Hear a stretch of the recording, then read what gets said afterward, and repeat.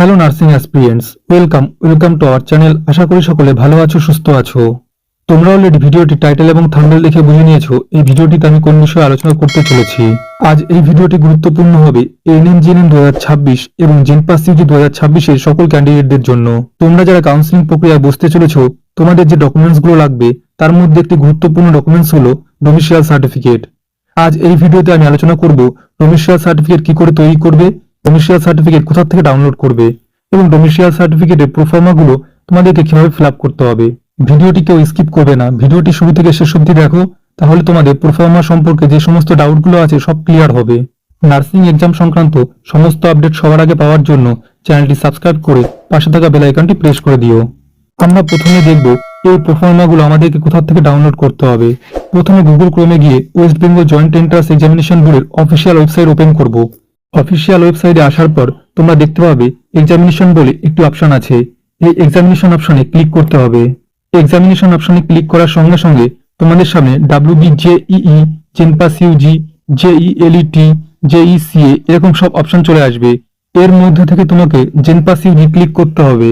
জেনপাস Yuji click করার সঙ্গে সঙ্গে কারেন্ট ইভেন্টস বলে একটি অপশন আছে। এখানে দেখো, একটু নিচের দিকে গেলে তোমরা দেখতে পাবে এখানে লেখা আছে performance for certificates of JENPAS UG 2026। এই অপশনের উপর তোমাদেরকে ক্লিক করতে হবে। এই অপশনে ক্লিক করলে পারফরম্যান্স সার্টিফিকেট তোমাদের ফোনে ডাউনলোড হবে। এইভাবে তোমরা জেনপাস ইউজির পারফরম্যান্স সার্টিফিকেট ডাউনলোড করতে পারবে। এবার আমরা আলোচনা করব তোমরা কিভাবে এএনএম জিএনএম এর পারফরম্যান্স সার্টিফিকেট ডাউনলোড করবে। প্রথমে এক্সামিনেশন অপশনে ক্লিক করবে, তারপর নিচের দিকে দেখো এএনএম জিএনএম বলে একটি অপশন আছে। এই এএনএম জিএনএম অপশনে তোমাদেরকে ক্লিক করতে হবে। এএনএম জিএনএম অপশনে ক্লিক করার পর একটু নিচের দিকে যাবে এবং দেখবে সেখানে নিউজ অ্যান্ড ইভেন্টস বলে একটি অপশন আছে। এই নিউজ অ্যান্ড ইভেন্টস অপশনের মধ্যে নিচের দিকে দেখবে performance for certificates of ANM GNM 2026। এই অপশনে তোমরা ক্লিক করবে, তাহলে তোমাদের এএনএম জিএনএম 2026 এর পারফরম্যান্স সার্টিফিকেটটি ডাউনলোড হবে। এতক্ষণ তোমাদের সাথে আমি আলোচনা করলাম এএনএম জিএনএম 2026 এবং জেনপাস ইউজি 2026 এর পারফরম্যান্স সার্টিফিকেট তোমরা কিভাবে ডাউনলোড করবে। এবার আমরা আলোচনা করব এই সার্টিফিকেটটি তোমরা কিভাবে ফিল আপ করবে এবং এই সার্টিফিকেটগুলোতে সার্টিফাইং অথরিটি কে থাকবেন। ভিডিওটি শেষে আমি তোমাদেরকে বলবো এই পারফর্মা A1, A2, B এই সার্টিফিকেটগুলোতে সার্টিফাইং অথরিটি কে থাকবেন, কাকে দিয়ে তোমরা এই পারফর্মাগুলোতে সিগনেচার করাবে। তাই ভিডিওটি শুরু থেকে শেষ অবধি দেখো। আমরা প্রথমে আলোচনা করব এএনএম জিএনএম 2026 এর পারফর্মা সার্টিফিকেটগুলোর বিস্তারিত আলোচনা নিয়ে। এর পরবর্তীতে আমরা আলোচনা করব জেনপাস ইউজি 2026 এর পারফর্মা সার্টিফিকেটগুলো নিয়ে। তোমরা অনেকেই এএনএম জিএনএম এবং জেনপাস ইউজি দুটো পরীক্ষায় দিয়েছো। অনেকে ভাবতে পারো যে একটা পারফর্মা ফিল আপ করবো, সেটি জেরক্স করে দুটোতেই জমা দেবো, কিন্তু এরকম করবে না। এরকম করলে তোমাদের অ্যাডমিশন প্রসেস বাতিল হবে। এএনএম জিএনএম এবং জেনপাস ইউজির জন্য দুটো আলাদা প্রোফর্মা আছে। সেই দুটো আলাদা প্রোফর্মা তোমাদেরকে ফিল আপ করতে হবে। তাই তোমরা একটা প্রোফর্মা ফিল আপ করে দু জায়গাতে জমা করবে না, দু জায়গার জন্য দুটো আলাদা প্রোফর্মা ফিল আপ করবে।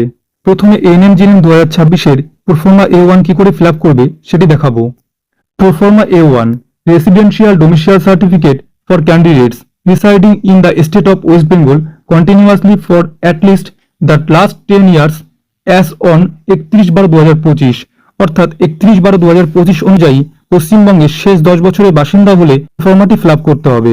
সার্টিফাইড দ্যাট তোমার নাম লিখবে, the son and daughter of তোমার বাবার নাম লিখবে, is a resident permanent resident of West Bengal at village town, এখানে গ্রামের নাম, হাউস নাম্বার, এখানে স্ট্রিট নাম্বার, পোস্ট অফিসের নাম, পুলিশ স্টেশনের নাম, ইন এ ডিস্ট্রিক্ট অফ কোন জেলায় তোমার বাড়ি, আন্ডার অ্যাসেম্বলি কনস্টিটিউয়েন্সি এখানে তোমার বিধানসভার নাম এবং নাম্বার দিতে হবে, and has been living in the state of West Bengal has been continuously at least for the last 10 years as on 31/12/2024। এখানে কোথায় কি লিখতে হবে বোঝাতে পারলাম।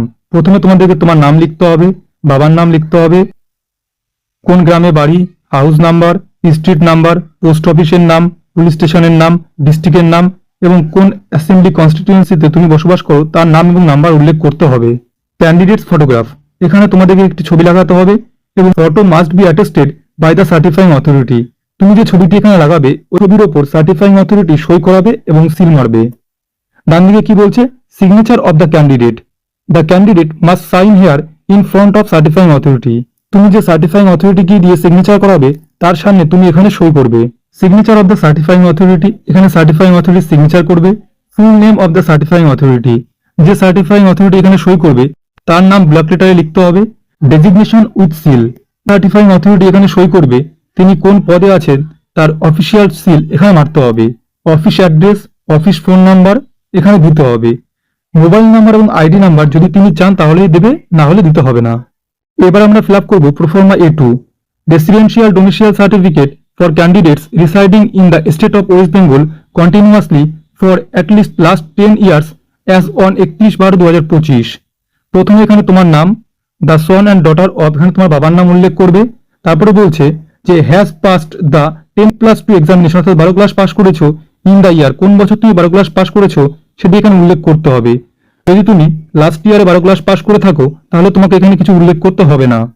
তারপর কি বলছে, it is also certified that the student is a resident permanent resident of West Bengal at the village, এখানে তোমার গ্রামের নাম, house number, street number, post অফিসের নাম, পুলিশ স্টেশনের নাম, ডিস্ট্রিক্টের নাম, অ্যান্ড আন্ডার অ্যাসেম্বলি কনস্টিটিউয়েন্সি, অর্থাৎ তুমি যে বিধানসভা কেন্দ্রে আছো সেই বিধানসভা কেন্দ্রের নাম্বার এবং নাম উল্লেখ করতে হবে।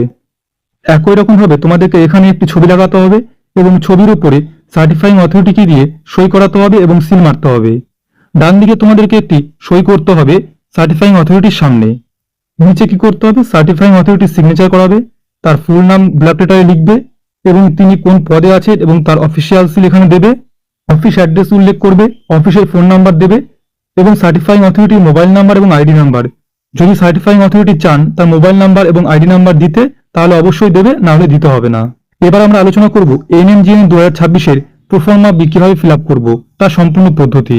Proforma B, resident domicile certificate for candidates not residing in the state of West Bengal but whose parents are permanent residents of West Bengal having their permanent home address within West Bengal.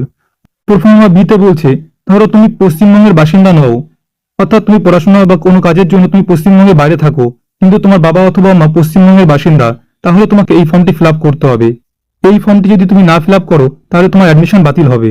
কিভাবে ফর্ম ফিল আপ করবে, সার্টিফাইড দ্যাট তোমার নাম, father অথবা mother, বাবা অথবা মায়ের নাম যে পশ্চিমবঙ্গের বাসিন্দা, is are a permanent resident of West Bengal at village, কোন গ্রামে বাস করে, house number, street number, post অফিসের নাম, পুলিশ স্টেশনের নাম, ডিস্ট্রিক্টের নাম এবং কোন অ্যাসেম্বলি কনস্টিটিউয়েন্সির আন্ডারে তোমার বাবা অথবা মা বসবাস করে সেই অ্যাসেম্বলি কনস্টিটিউয়েন্সির নাম্বার এবং নাম উল্লেখ করতে হবে।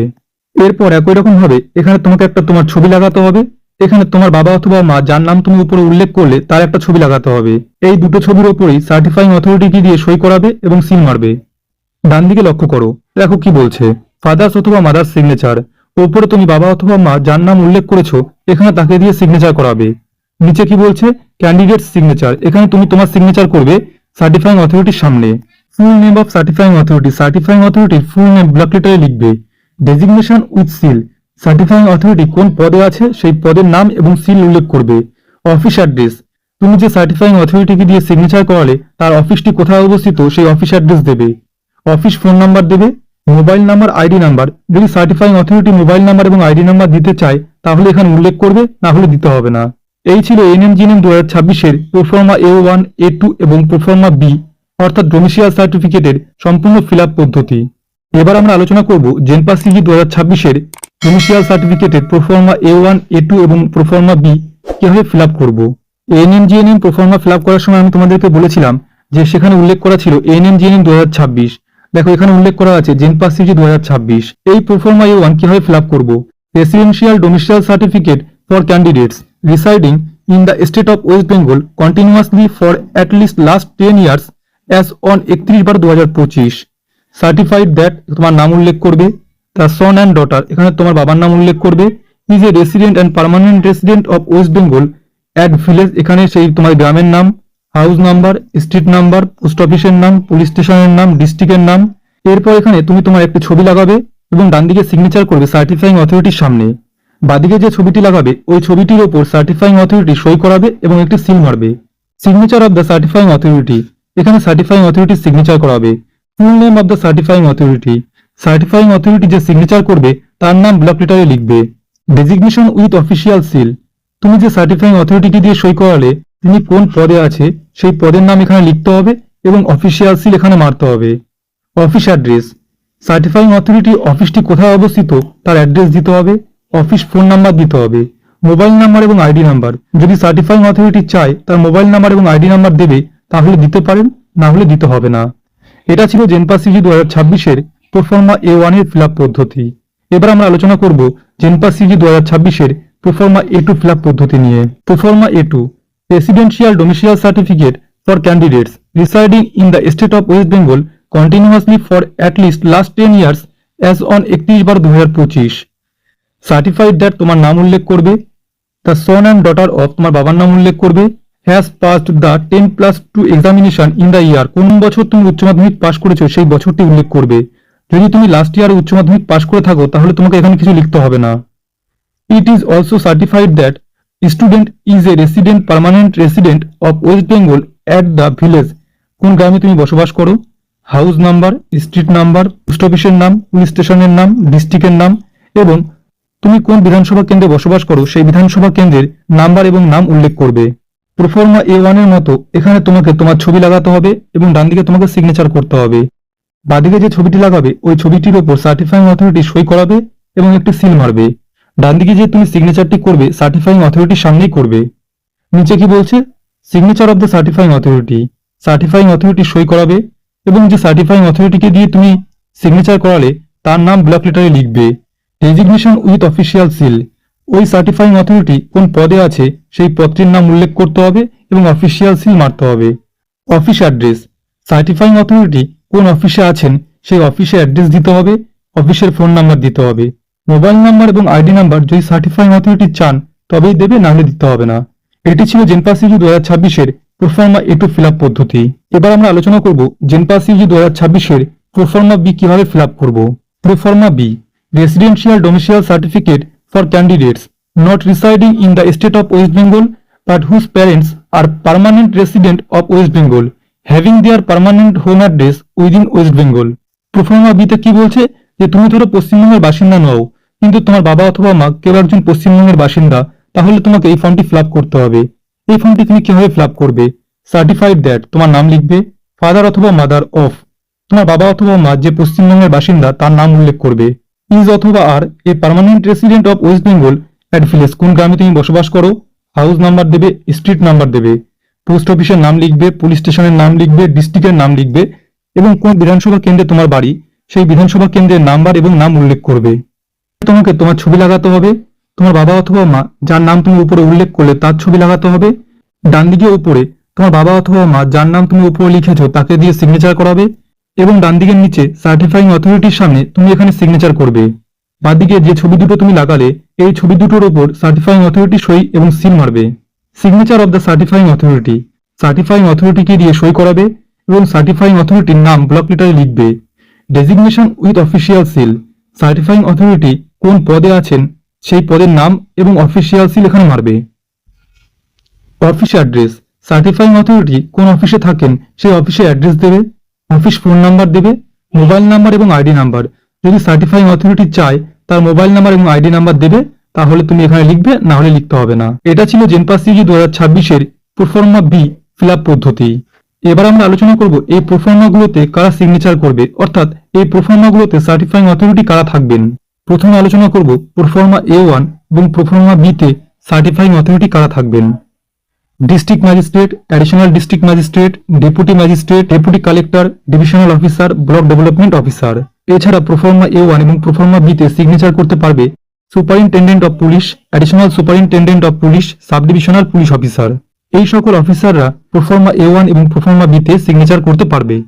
প্রোফর্মা A2 তে সার্টিফাইং অথরিটি কে থাকবেন। Proforma A2 is to be certified that the head of the institution, অর্থাৎ তুমি যে বিদ্যালয়ে পড়াশোনা করেছো সেই বিদ্যালয়ের প্রধান শিক্ষক প্রোফর্মা A2 এর সার্টিফাইং অথরিটি থাকবেন। প্রোফর্মা A2 তে বিদ্যালয়ের প্রধান শিক্ষক সিগনেচার করবেন।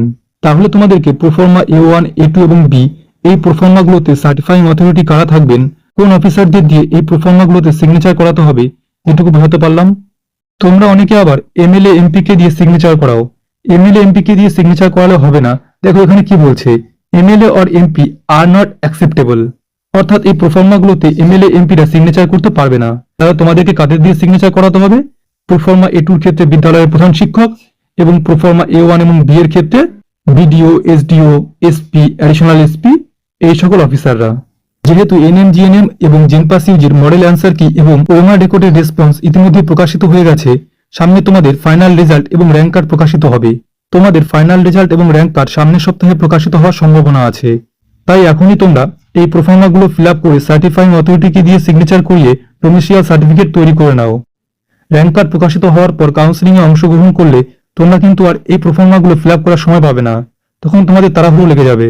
আজকের এই ভিডিওতে আমি তোমাদের সঙ্গে জেনপাস ইউজি এবং ইউনিয়ন 2026-এর প্রোফার্মাগুলো কিভাবে ফিল আপ করবে, সার্টিফাইং অথরিটি কে থাকবেন তার সবিস্তারে আলোচনা করলাম। আশা করি তোমরা বুঝতে পেরেছো। এরপরে যদি কেউ বুঝতে না পেরে থাকো তাহলে অবশ্যই কমেন্ট বক্সে কমেন্ট করো, আমি তোমাদের কমেন্টের উত্তর দেব। ভিডিওটি যদি ইনফরমেটিভ মনে হয় তাহলে অবশ্যই একটা লাইক করো। যে সকল নার্সিং ক্যান্ডিডেট এখনো এই চ্যানেলটি সাবস্ক্রাইব করোনি অবশ্যই চ্যানেলটি সাবস্ক্রাইব করে পাশে থাকা বেল আইকনটি প্রেস করে দিও নার্সিং সংক্রান্ত গুরুত্বপূর্ণ আপডেট সবার আগে পাওয়ার জন্য। দেখা হবে পরের আরেকটি ইনফরমেটিভ ভিডিও নিয়ে। সবাই ভালো থেকো, সুস্থ থেকো। জয় হিন্দ, জয় ভারত।